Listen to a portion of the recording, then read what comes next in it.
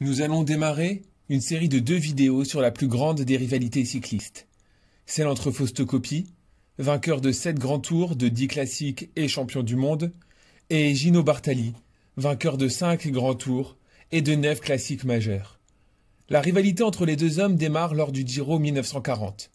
Cette année-là, Gino Bartali, déjà double vainqueur du Giro et une fois vainqueur du Tour de France, s'engage sur la course italienne dans le but de la remporter. Pour cela, il va former une équipe italienne ultra compétitive. C'est alors qu'il propose au jeune Fausto Coppi, alors âgé de 20 ans, de faire partie de cette équipe. Fausto Coppi accepta, mais ne se fit pas prier pour dépasser son leader dès les premières étapes de montagne, et s'adjuger ainsi son premier Giro. Gino Bartali n'apprécia pas. C'est alors que partit la rivalité entre les deux champions italiens. Plus que des sportifs, les deux hommes ont pesé dans l'histoire de l'Italie. Partout, il fallait choisir entre Coppi et Bartali. Fausto Coppi était un progressiste. Il était issu du Piémont, région industrialisée proche de la France. Il ne croyait pas en Dieu et il ne s'en cachait pas. Il ne cachait pas non plus qu'il trompait sa femme, ce qui dans l'Italie de l'époque était mal vu, presque comparé à un meurtre. Bartali, tant qu'à lui, était très pieux, très religieux.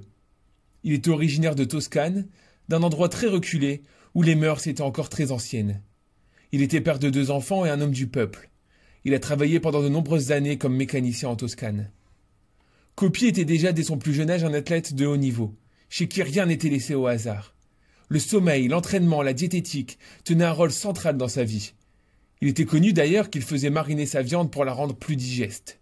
Il ne se cachait pas non plus de prendre la bomba, un cocktail d'amphétamine bien connu à l'époque.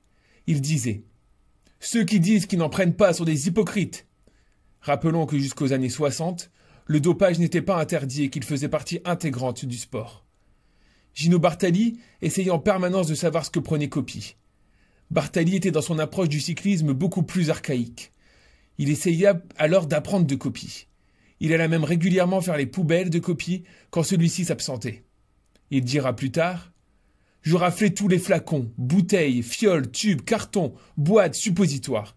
J'étais devenu si expert dans l'interprétation de cette pharmacie que je devinais à l'avance le comportement que Fausto allait avoir au cours de l'étape. » La légende raconte même que lors du Giro 1946, Bartali voit Coppi jeter une fiole dans un champ.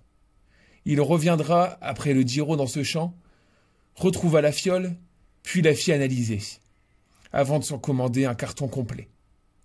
Bartali se sentait inférieur à Coppi. Et il s'attarda à l'analyser jusque pendant les courses. C'est ainsi qu'il remarqua une veine qui apparaissait derrière le genou de Coppi lorsque ce dernier était dans le dur. Dès lors, Bartali plaça un coéquipier derrière Coppi. Ce dernier était chargé de surveiller la veine et de crier « La veine, la veine !» quand celle-ci apparaissait.